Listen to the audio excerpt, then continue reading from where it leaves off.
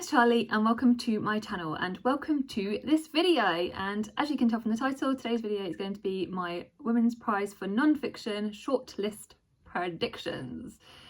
I love the Women's Prize for Fiction so much. 4 of the books I read last year appeared on my favourites of the year. I loved it that much, and actually one of those books from my favourites of the last year, Raising Hare, is on this year's long list. So yeah, so I just love this prize so much, and I love how when we're researching for the prize lists, the long lists, we discover all these non-fiction books written by women, and also obviously as soon as the list is announced, we then obviously have a whole list to dive into, and this year is no exception. I have loved reading the books that I've read so far from the list. So far from this year's Women's Prize for Non-Fiction, I have read 10 out of the 16, and actually I'm currently reading my 11th, so I've got 5 more left to go, as it were. Yeah, and it's just been such a wonderful reading experience. It's definitely added to my reading, and it's definitely been a highlight, and I feel like it's going to become a regular highlight every single year. So without further ado, I'm going to tell you quickly which ones I've read, and then I'll go through sort of my thoughts on them a little bit more. Yeah. The 10 I have read from this list so far is Raising Hare by Chloe Dalton. Obviously you guys know I read this because it was on my favourites of last year. Then we have Outland by Jenny Fagan. Then The Peep Show by Kate Summerscale. Embers of the Hands by Eleanor Barrowcroft. Tracker by Alexis Wright. What the World Sea Can Be by Helen Scales. Private Revolutions by Yuan Yuan. And 1,000 Threads by Naina Cherry. Story of a Heart by Rachel Clark. Why Fish Don't Exist by Lulu Miller, and also the one I'm currently reading, which is Agent Zoe by Claire Milley. I'm going to go through quickly my thoughts on them just quickly. Obviously I reviewed Raising Hare in my favourites of the year last year, so I probably won't go into too much detail about that. I'm sure lots of you will know about this book, but during lockdown, Chloe Dalton went out for a walk and found a baby leveret, and then made the decision to sort of take the leveret home and raise it. And it's basically the Raising Hare obviously documents her experiences doing that. It also talks about like local her discoveries in terms of like things we can do to influence local wildlife, and it's just like such a wonderful book. And it's just, obviously it was one of my favourites of the year last year. I just loved it so much. The one that's been universally popular, and I definitely feel like if you haven't read it, it's one that a lot of people will enjoy. So yeah, definitely check that one out. And also, like I said, I will link my favourites of the year last year so you can hear further thoughts on it. So the first proper book I would say like that I listened to from this long list was Outland by Jenny Fagan, and this is her memoir growing up in sort of in the UK care system. So the narrator for this is Isis Hainsworth, and she does an amazing job of narrating this Jenny Fagan's sort of story. It's extremely brutal, and what Jenny Fagan has done is that she's written it. You're hearing her life as if from Jenny's like viewpoint as the age that she's at when she's telling her story. So it's obviously told from almost like a child narrator's voice, and that obviously adds to sort of the brutality of a lot of, because Jenny Fagan experienced a lot of abuse during her time growing up and being in various different foster homes. So yeah, you're hearing it obviously as if from that child's voice, and it's extremely, that adds to this an extra sort of like a layer to the brutality of what she's going through. Obviously it's already brutal anyway, but yeah, that definitely makes you feel it, it makes it hit even harder. So yeah, there's obviously, like I said, this book comes with a lot of content warnings, so definitely check that out. I grew up with my parents fostering, so from about the age of like 6 to about the age of 16, about 10 years, my parents fostered children, and so I grew up with various different foster children, like all coming in and out of our lives. So for me, listening to Outland, that was another sort of dimension to it, because I could really picture sort of these children, and because as a child you only see things from your viewpoint, so hearing Jenny's viewpoint of things that were happening, obviously very different experiences, but yeah, it really did, I feel like it made it more real to me somehow, having that like insight in terms of, like I said, growing up with all of these children around, foster children around us and in our and out of our lives, and sort of how naive we were to sort of some of the things that obviously that they had gone through. Oh yeah, anyway, so yeah, that's like I this is written, one thing to be noted, that this is written with a very sort of poetical, lyrical style as well, her writing style, which I did find to be extremely beautiful and very touching, and it really did add to, it wasn't like a straight, like I said, it's not like a straightforward memoir in that sense, like I said, obviously hearing as well from her childlike voice as well.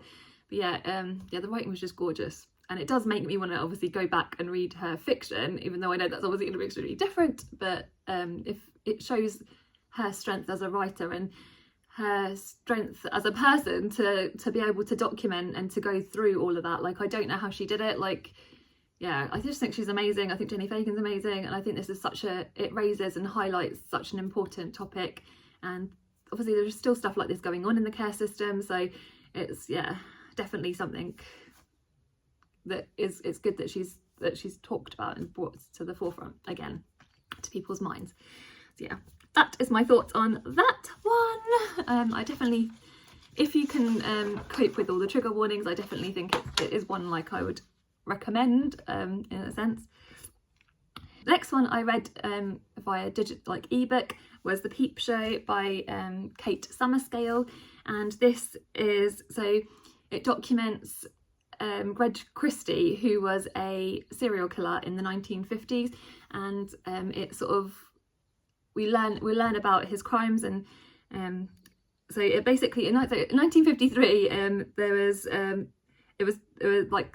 was three bodies discovered in the walls of this house in Rillington Place, which is obviously the murders at Rillington Place. This is what this is about, and it sort of, you gradually are hearing and uncovering all of the things that Reg Christie did, and you're hearing it sort of largely through the voice of Hare Proctor, who was a journalist at the time, and his discoveries. Hare Proctor, the journalist, was involved because he had previously reported on a murder that had happened in Rillington Place by Tim Evans, who had been had supposedly admitted to the crime of killing his wife and child, and then he was then subsequently charged for it and then hanged for it. I think he at one point, Tim Evans, then tried to sort of halfway through denied it again. I can't remember exactly, but yeah, basically, obviously finding, when the police found these bodies, they realised that maybe Tim Evans was innocent, so it's going through sort of the injustice of that as well. It talks obviously a lot about how the media and the press were involved in sort of this like case, and also other cases around the country, and particularly other murders and things, and how, and it sort of talks about how sort of Hare Proctor had his reporting on it. It sort of goes through the details of the case. So I sped through this book really quickly. I found it extremely readable, and I would, like, obviously reading on an e-reader is quite it's quite an easy thing to do anyway, but I did find it very, like, the writing style is very it's a very easy to read writing style, and but so yeah, I sped through it. But my main, and I did find it really interesting, obviously, like, and sort of like that macabre sort of way that you do, like hearing about these murder cases. My main issue with the book that I kept, that isn't probably necessarily the book's fault, but it's because of my own experiences of reading about similar things. So anyway, was that I felt like there wasn't enough focus on the victims. So obviously, like with Ruth Fures, Muriel A.E.D., Ethel Christie, Katie Maloney, Ina McLennan, obviously, and Beryl and Geraldine Evans. So those were the murder victims, and I really wish there would have been a kind of, my personal thing is I wish there would have been a greater focus on them, because I've read books like The Five by Hallie Rubenhold and also The Walnut Tree by Kate Morgan, both of which are an amazing like historical fiction which really put the victims at the forefront. You do hear about the victims in this book, and it is like you do hear about their lives, but I kind of wish, I feel like it was like a little bit of a missed trick, but obviously I guess the book is more like focused on the media element and other elements of it, so, and it does do those elements really well. Yeah, that was just my personal preference. Yeah, so it was a good book. It's just I wished it could have gone further in that way. That's my personal thing. So then the next book after that I actually listened to on audiobook was Embers of the Hand by Eleanor Barraclough. And this is basically the hidden, it says the subtitle is The Hidden Histories of the Viking Age, and it's basically sort of it's the everyday lives of people at that time, and sort of told through objects and things. And it was so interesting. I can't wholly recall every single detail, but I remember as I was listening to it, so the beginning bit of it did take me a little bit to get into, but then once I did get into it, I felt like I was really like drawn into hearing all about these interesting facts and these amazing, like the Viking language as well, the Viking words that were used. And yeah, it was very, once I got hooked, I was kind of like, that was it. Because I listened to the audiobook, I do feel like I missed a lot, because I know that they're having, like, obviously heard from lots of you guys, there is photographs that were in the book that I feel like if I need to, basically I want to get myself a physical copy of this book, so I can definitely reread it along having the photographs of the objects, and sort of I feel like that will ground me even more in the story, and also help those facts to sort of stick a little bit more, I would say. I'm just going to quickly read you a quote that Eleanor Barraclough says at the end, and I really feel like it summarises this whole book and in a really perfect way. So it says, the past has a tendency to get boiled down to important dates when important things happen to important people, but the personal, intimate parts of people's lives matter every bit as much as the famous, dramatic, narrative defining ones. It's through these little fragments of lives lived, the bits and pieces that fall between the cracks in the floorboards, that we are able to reach out through space and time to the humans of the past. And I just feel like that is what this book really does. It takes you right back, and you really feel like you are there with these people and with these objects, and it's talking about these like really simple moments, but they're so touching and so moving, and this is definitely like, I feel like this will be a book that I will reread over and over again, and I really want to go back through, because I'm fairly certain Eleanor Barraclough has written more books, so yeah, I want to go back and do that. The next book I read on ebook was Tracker by Alexis Wright. This book actually won the Stella, I believe, in 2019, which so yeah, it was previously, obviously it has been previously published, but one and Other Stories took it obviously recently and republished it here in the UK, which is why it's eligible for this prize. So this obviously we're hearing it's about Tracker Tilmouth's life. He was an activist for Aboriginal rights, obviously in Australia, and primarily. And in this book, it's told in a really different style. What Alexis Wright has done is she's interviewed various people that knew Tracker, and she's written down their words. And so this book very much feels like sort of like conversations with friends, and it feels like it's sort of like almost like fireside storytelling that obviously is an important part of Aboriginal culture. And I think that Tracker wanted the book to be very different. He didn't want like a normal, like a straightforward memoir, and he was definitely, and I feel like the book very much represents what you learn about him as a character, because he was a very big character, and the viewpoints that you're hearing about it's really brings Tracker to life. First of all, we obviously go through his childhood, where he was, as a child, he was him and some of his brothers were taken away to Crocker Island, I believe.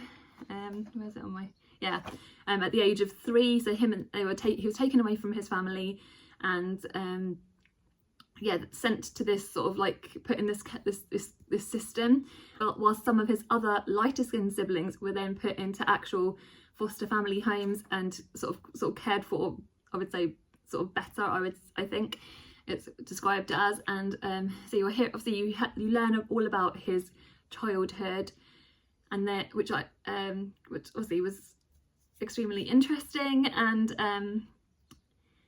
then it go as the book progresses, you sort of learn how he got involved in like agriculture and also then obviously into politics. He was involved in the Labour Party over in Australia, and yeah, it's so fascinating. The first 500 pages, because this is like, I think it's like an 800, or on Everend it's like 870 pages, so the first sort of 500 pages or 5 to 600 pages I flew through. I was like chomping through, and then it's like but then I think there is a point where it's sort of more delving into the politics side of things, and I found some of those sections to be a little bit drier and harder to sort of less accessible, I would say.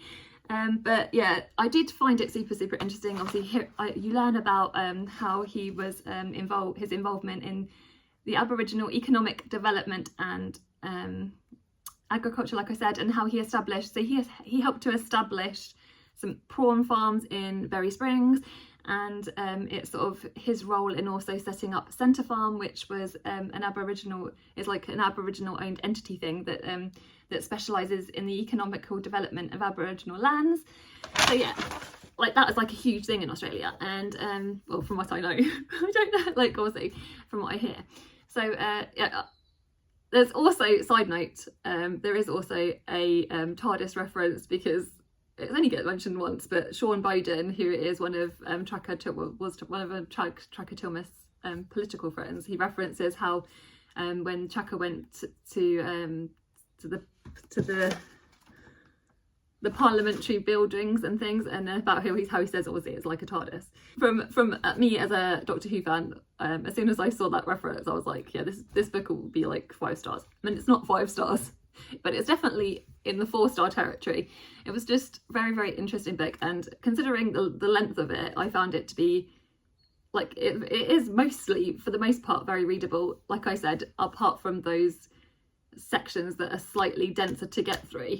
I do think it is one that is very unique, and yeah, so I can definitely see why it has its place on this prize list, and I could see it being shortlisted, which, spoilers, I'll tell you in a minute. Anyway, so yeah, that's my thoughts on that one. Right, so the next one I listened to was What the Wild Sea Can Be by Helen Scales, and this kind of does what it says on the tin, in the sense of it's teaching you, we go through like the prehistoric ocean, and we sort of learn about the ocean in that way, and then as it sort of travels through time, and then we start hearing about individual cases of specific species and specific animals, and how they are affected by environmental changes that are happening obviously globally, and about how it talks about how the increase in climate temperature and the change in the temperature of the oceans has affected various different creatures. For instance, for example, there's one bit about like emperor penguins, and about how the shrinking ice caps mean that it affects their breeding grounds, and about how basically it's really jeopardized that species. But details all these different things, and also talks about coral. I think there's a section about whales as well, and seagrasses. My takeaways from this book, I found it to be extremely hopeful. Even though it obviously is talking about climate and the ocean, I do feel like it's not all completely negative how she has portrayed it. I found the book to be really interesting and engaging, and it's definitely a very, like, the way she's written it, you can really hear her passion for the topic, and as with a lot of these authors, but yeah, I really loved her writing. And I know she's Helen Scales has written quite a few different non-fictions about the ocean in various different ways. I think there's like a shell one that's I think on Everund as well. I really just want to go back and read loads of her previous books because they just seem very Charlie-ish. I love learning about nature. Obviously, you know, I loved raising Hare and learning about the environment, and because she does it in this really like interesting but also accessible way, I feel like a lot of people will enjoy this book and find it really interesting. So yeah, I gave this 5 stars. I think this was the first 5 stars out of the list that I'd read at that point that I'd given. So and I was like, this is just going to be, and I feel like this will be a favourite of the year. Like, I can't not see it being a favourite of the year. I just loved it that much. It's very Charlie-ish. Is what I will say. So then I listened to Private Revolutions by Yuan Yang, and this is we are hearing about the lives of 4 women, and it's sort of told over a sort of a 6-year time period. So in this book we're hearing about Layla, June, Siyu and Sam, and about their lives between the 1980s to 1990s. To be honest with you, so I did find there was bits about this that I did find really interesting. I remember at the time thinking that, I think in terms of like how the impact of the government on the lives of these women. But for me, this book, not a lot of it has like stayed in my head, and I didn't really feel like an emotional connection with this book, which is something that I thought that I would feel. This may be that it's just suffered from obviously being it's the 6th book that I'd read obviously in succession, the 6th non-fiction book I'd read at that point in succession, so it may have just suffered from maybe at that point I needed a break from reading non-fiction. I do not know, but yeah, compared to the other books that I had read, it felt there was something sort of like a sort of disconnect for me with this particular book, and maybe it's because I'd anticipated a certain, maybe I'd hyped it too much in my brain, but for some reason I just didn't feel connected to any of the women in this really, which I feel really terrible saying obviously, and maybe this is a book that definitely would benefit from a reread for me. So yeah, it is what it is. You're not gonna, like, in every list of books you read, you're not gonna get that instant zing from every single book. So just because I didn't like it, I know there are other people that have really enjoyed it, so yeah, that's just me. I don't really remember a lot about it, and it's kind of like, for me, it's sort of the bottom of the pack out of the ones I have read, sorry to say, as a result. Then I listened to 1,000 Threads by Nana Cherry, and this is Nana Cherry's memoir.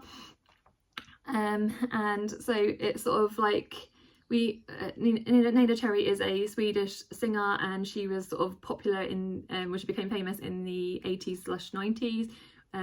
And yeah, growing up, it's definitely a name that so when I saw her name on the list, it's definitely a name that I'd recognised.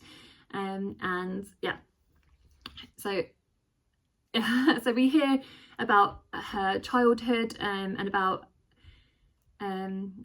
when her mother meets her stepdad. Mother falls in love with John Cherry, who was a sort of a jazz musician, American jazz musician.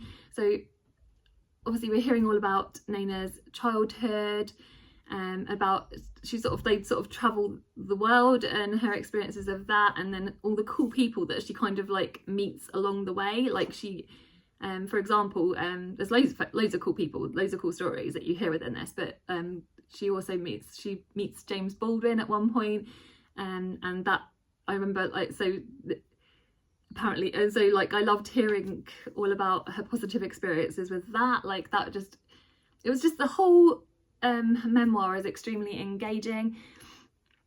It also obviously talks about friendships, with her friendship with Andy Oliver, who is in the UK, like Andy Oliver is a really well-known sort of chef and sort of presenter, and so yeah, that hearing about her friendship, like the friendships, like, was really, really interesting. Also, again, back to with her childhood, it also talks about some of the racism that she had faced, particularly in terms of healthcare, with, I think, to do with her father-in-law's sickness. The timeline is a little bit jumbled up in my brain, obviously, having read so many of these, but yeah, obviously those elements were extremely hard-hitting and brutal, and as well as this book does come with content warnings for other things, which I obviously won't talk about here, but if you want to know what the content warnings are, please message me and I will tell you. That part was quite unexpected, but obviously it's part of her life, so and then obviously this book then also talks about grief and the loss of a parent and stuff. So yeah, it was just really, really, really well done. I was so engaged the entire time. Naina narrates the audiobook. To me as well, like listening to it, it really reminded me of Maya, I don't know if you can see behind me on the shelves, it really reminded me of Maya Angelou's like memoirs. I've read all of Maya Angelou's memoirs, you see from the shelves behind me, and the writing style really felt, it sort of gave me those vibes. I have since found out after reading Naina's book that she loves Maya Angelou's writing, so I feel like maybe there's like an influence there. Obviously you can sort of see that in how it sort of, the book is told. To me, that's just how it really, really gave me those vibes, and then afterwards finding out that yeah, it made sense to me. But yeah, I just really, really loved it. Again, 5 stars. I just really genuinely found it engaging and just so interesting and so full of heart, and yeah, just loved it. And again, it's one that I feel like a lot of people would listen to and get. There's so many things that you can get out of it. So yeah, that's that. So yeah, the next book I listened to on audiobook was The Story of a Heart by Rachel Clark. Obviously you guys know that I spoke about this recently at the weekend in my last video. The book is about 2 children, 9-year-old Max and 9-year-old Kira, and they are what Max is basically, at the beginning of the book you hear he is essentially he's dying from this an illness that has affected his heart, and yeah, so he is in desperate need. At the beginning of the book you hear that he's in desperate need of a heart transplant, which then obviously then we hear about Kira, who is this beautiful young who was this beautiful young girl who, and you hear about how her love of horses and all this wonderful thing, and the tragedy of her. She was involved in a road traffic accident with her mum and her brother, and about how that accident then unfortunately led to her brain death, and how the family then chose to donate her heart and other organs. And you hear this story, obviously this is the story of a heart, it's about the journey of from the beginning of the accident. You're hearing about the whole of like Max, then you're hearing from the start of the accident, people involved, the care teams involved with Kira and her family, from the very moment of the accident to the moment when Kira's heart is then being transported out from, obviously it's been removed from her body and it's being transported away. There's a scene where her father is watching her Kira's heart in an ambulance being transported obviously off to go to Max. So yeah, it's basically from the beginning to the end. It also documents the history of heart transplants and heart surgeries, so it's extremely interesting. This book really was very emotional for me, even though it and I cried multiple times. I sobbed really hard, but that being said, it's told in such a respectful manner. I really feel like it's just written so beautifully, and like, yeah, you can tell that the Rachel has put the forethought, has really done it in such a respectful manner in terms of the children of Max and Kira and the families. It's just done so beautifully, and it's told in a way that is really just from these first-hand accounts of people at the time. Yeah, so it was just really, really beautiful. I feel like this is like a favourite of the year. I feel like I can't really do it justice because it's like I just loved it so much.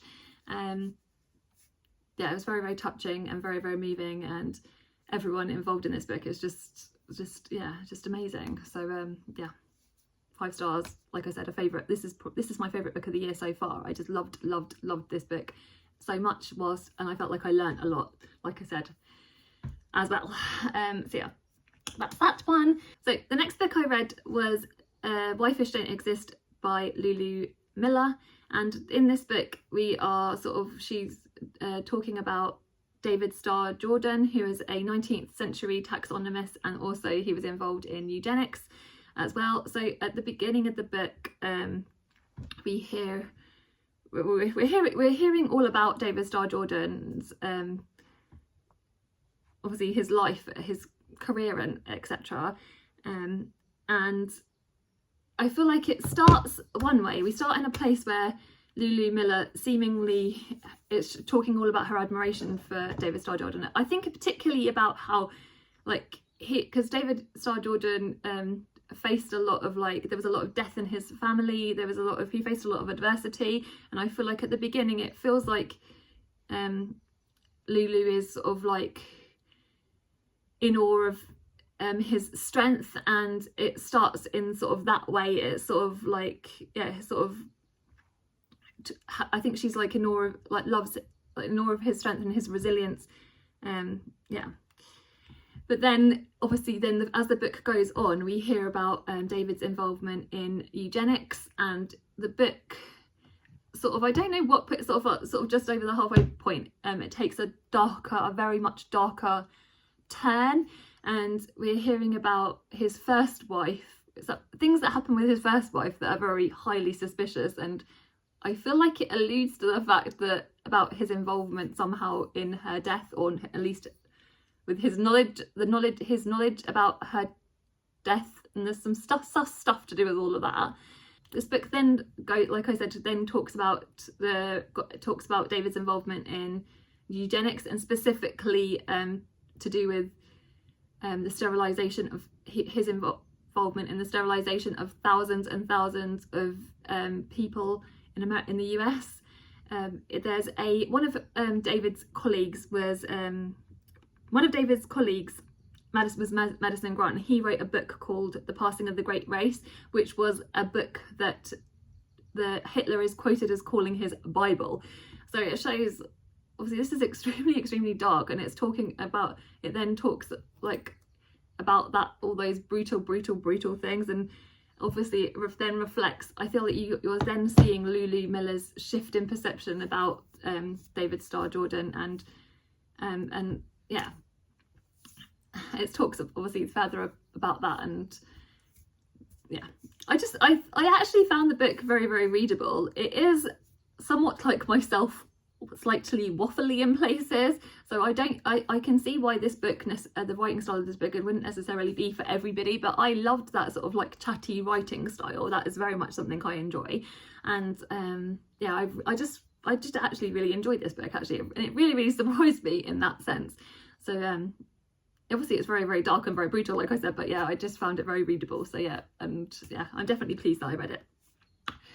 So now the book that I'm currently reading is Agent Zoe, the untold story of the courageous World War II resistance fighter Elżbieta Zawacka, and this is talking about Elżbieta's involvement, and also the involvement of other female spies, female Polish spies, and their involvement in the war effort, and all the amazing things and the hard work that they did. It's not something, again, it's not a topic that that us in the UK as we growing up, we don't really get taught about that history, and so it's super fascinating. And again, it's extremely brutal, but hearing about her life and hearing about all the things that she went through. The only thing with this book that I have been finding is that whilst it is very, very there's a lot that I'm learning, and it is interesting, don't get me wrong, it is interesting. There are times when I feel like this book is slightly info dumpy, and it's also slightly, sometimes I feel like the writing is a little bit dry, and I feel like it's, yeah, it just, especially again sitting amongst the other books where I feel like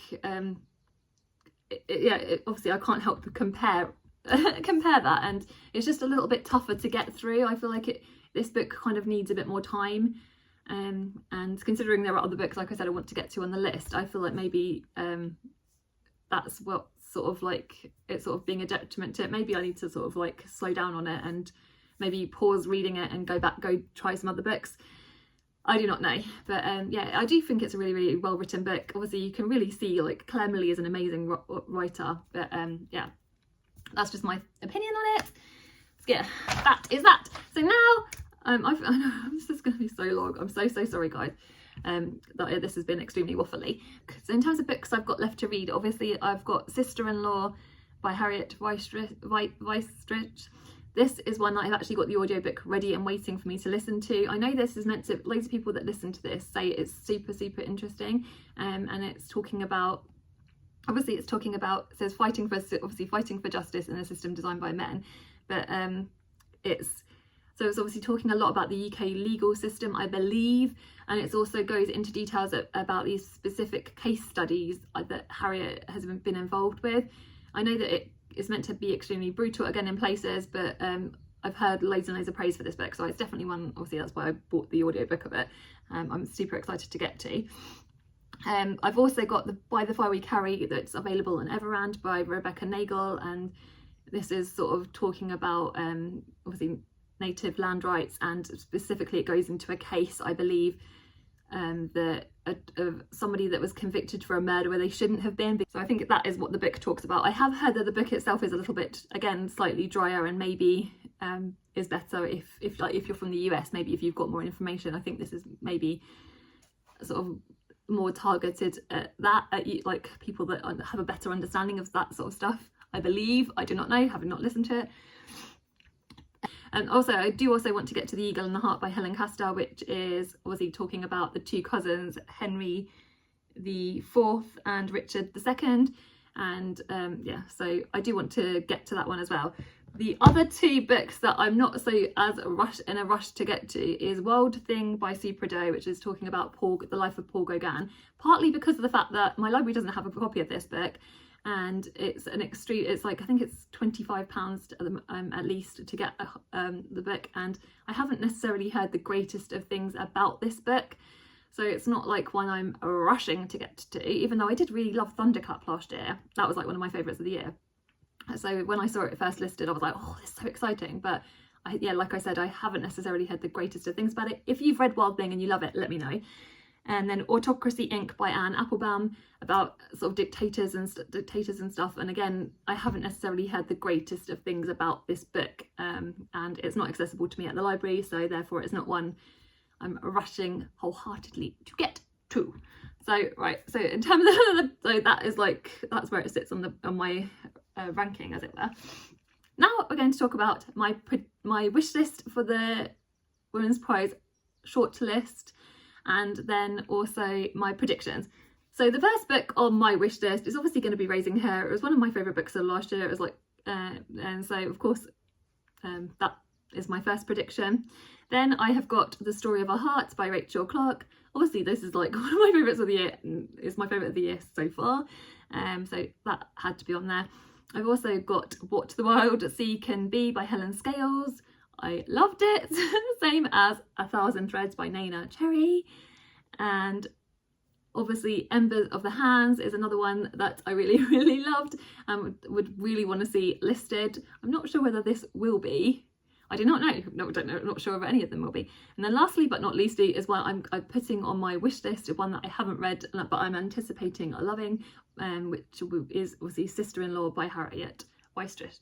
And yeah, this is one, again, like I really feel like once I've read it, it will be in my like favourites. So yeah, this is my wish list for the short list. But my predictions, so my predictions are somewhat similar, but slightly different. So I've still got The Story of a Heart by Rachel Clark. I've also still got A Sister-in-Law. I've also, yeah, and I've also got 1,000 Threads. Those three, I feel like those three, I'd be so shocked if those three don't get listed. Just, I really genuinely would be so shocked.